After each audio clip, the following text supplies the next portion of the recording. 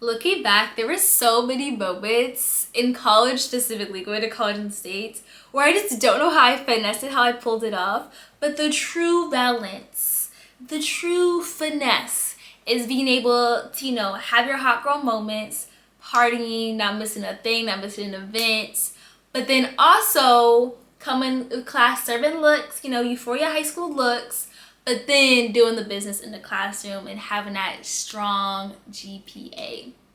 It's this balancing act. It's quite a delicate balance, but it's definitely possible. And keep watching and I'll share with you how I feel like I was able to achieve such a thing.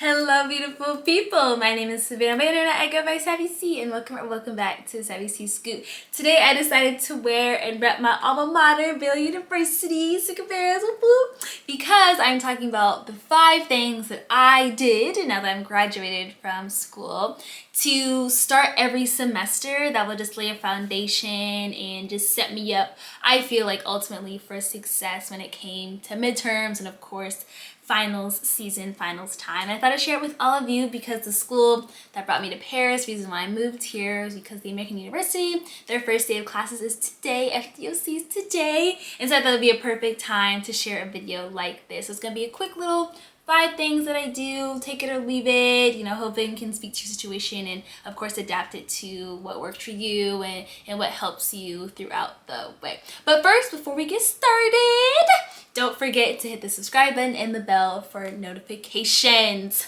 Let me cross my legs, look at my laptop while you do it. It'll be really helpful. The red button down there, just do it real quick. Alright, let's get into it. First thing I always do during the first week of classes or first day of the class, if possible, meet one-on-one with your professors. I can't stress this enough how important this is and how it really can be a game changer when it comes to the rest of the semester. I say meet with them one-on-one because one, of course, introduce yourself, name to a face. You want them to at least know your name. You want them to know everything about you, at least know your name and put a face to your name. When you raise your hand, they're not like, yeah, you want them to put a face to your name, introduce yourself, say just simple things. I think you have a whole life story, but the simple things, where you're from, what brought you to the class, what you're looking to get out of it, maybe your major, things like that, just basic things, and have them share the same if they're open to. And then of course after that, basic introduction happen. Ask them what they look for in their students, what past students have done that have, I don't know if you strive, hopefully you're striving for A's, but everyone doesn't have to strive for A's, that's fine, but just to pass, just say it like that. Ask what past students, their former students have done and the work that requires of a student to pass this course.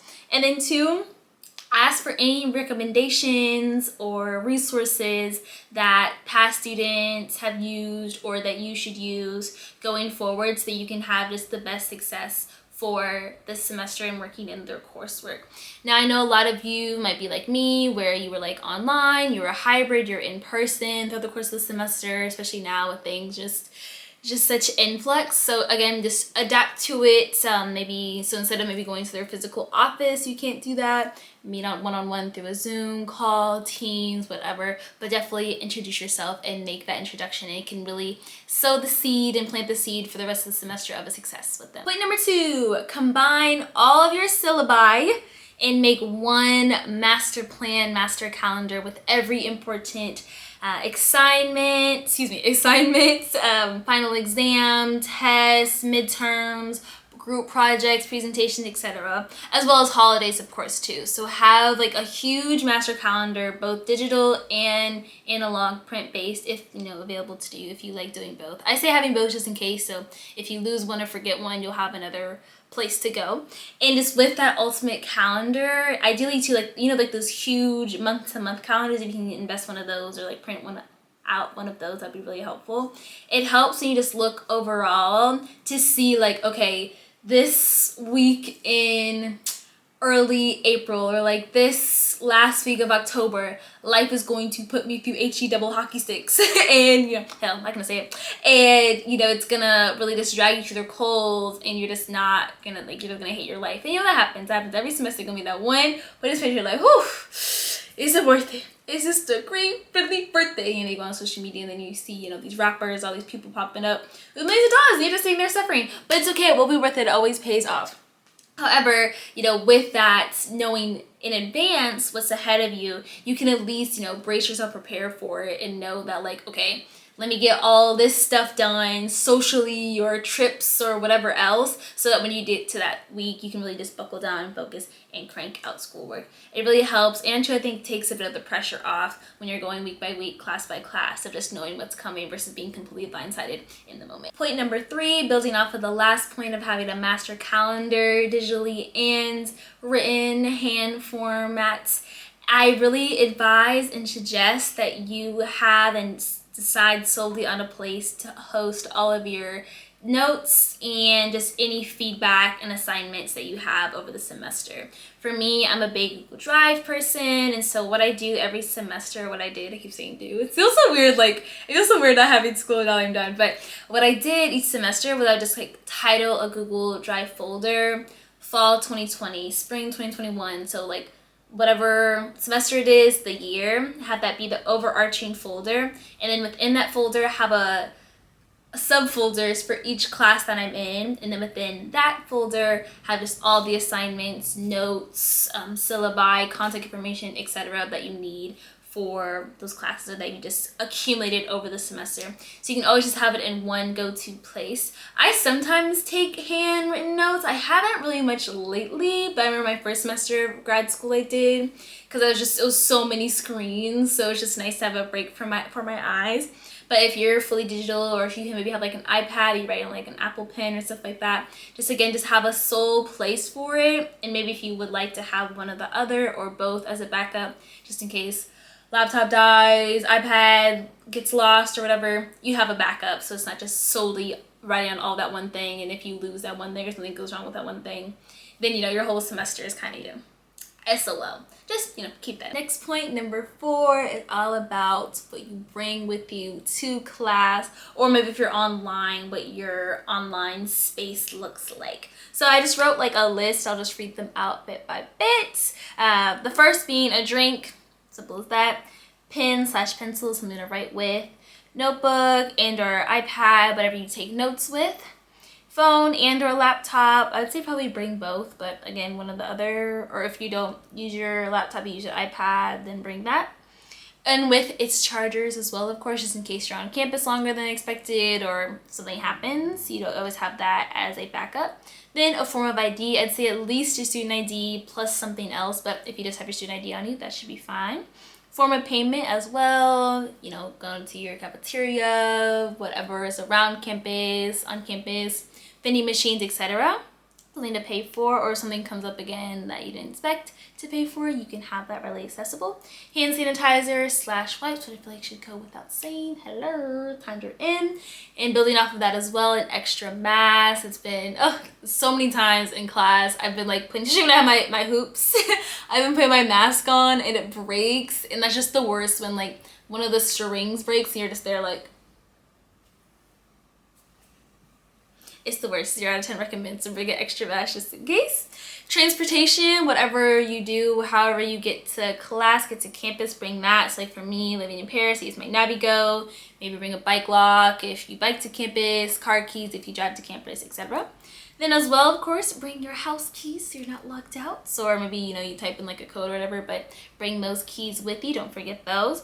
Then a snack if you'd like. I always bring one just in case. I feel like it ties me over when, especially you have like back-to-back classes. My first semester of grad school, I had 3 classes in a row, when sometimes it was just like, woof, you don't have time to properly go and get a sit-down meal. So just like a quick snack in between classes helps you energy-wise.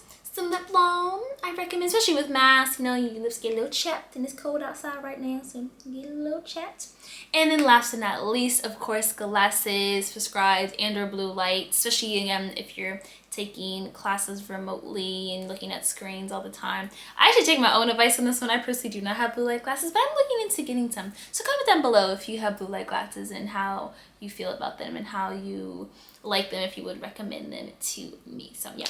Please let me know. I'm really thinking about investing in that. Last but certainly not least, number 5 is all about the people in your classes. And again, whether you're face to face with them, hybrid, or just solely online, after every class, in the first week of classes, every class you have, at least the people to the left, right of you, or just someone you know already before, someone you have like at least a bit of a connection with, exchange contact information with them ASAP. I know this can be a bit awkward. Maybe you have to put yourself out there. Maybe for my introverts watching, this is like, stranger danger, don't want to do that. I totally get it, but trust me, when, you know, God forbid something happens, but when you forget an assignment, you fall asleep in class, forgot what the professor said, maybe you get sick, maybe you have to go home for something, you know, emergency pops up, or you just can't make it to class, having just someone, at least 2 people in your class per class to just talk to, reach out to, you know, build off of, be like, hey, like, I'm doing this and it's not added up, or like it's not giving what it's supposed to be giving. What's your answer? Like, what are you doing? How are you coming along with X, Y, or Z? I think that's so important, and I think it's just a great way to just be collaborative. I know for me, grew up in the States in high school, it was so like competitive, but I feel like in undergrad in the States and then now grad school that I had my grad experience in Paris, it becomes far more collaborative versus like cutting at each other's throats, and it's just like we gotta survive this together. So just make those WhatsApp groups, reach out to them on social media, whatever, so that you just have that as a collective, and really just a nice sigh of relief, and just a good like, we gonna be all right, we'll figure it out, I'm struggling, you struggling, but we'll laugh about this later. So 10 out of 10 recommend doing that. Well, that's all I got for you guys today. Just a quick little video about the 5 things I do to start every semester to just lay the foundation, and hope and pray that it'll be a good one that I can be proud of once finals are all turned in and things are said and done. Hope it helped you. Hope you got to pick some things out and find some things that you can implement this semester going forward, and will help make your semester and just your college, undergrad experience, or graduate experience, or beyond experience a bit easier and more manageable for you. Thank you guys so much for watching. Be sure to comment down below any more tips you have. You know, there's obviously way more things you can do each semester, and I'd love to learn and, you know, share the wealth with all of you, that what you do each semester. So let me know in the comments below. And don't forget to like this video and subscribe for more. And as always, I'm sending my love. So wherever you are in the world where you're watching this, and I'm wishing you bon chance with your new semester and a great school year for you all. All right, and I'll see you guys in the next one. Bye.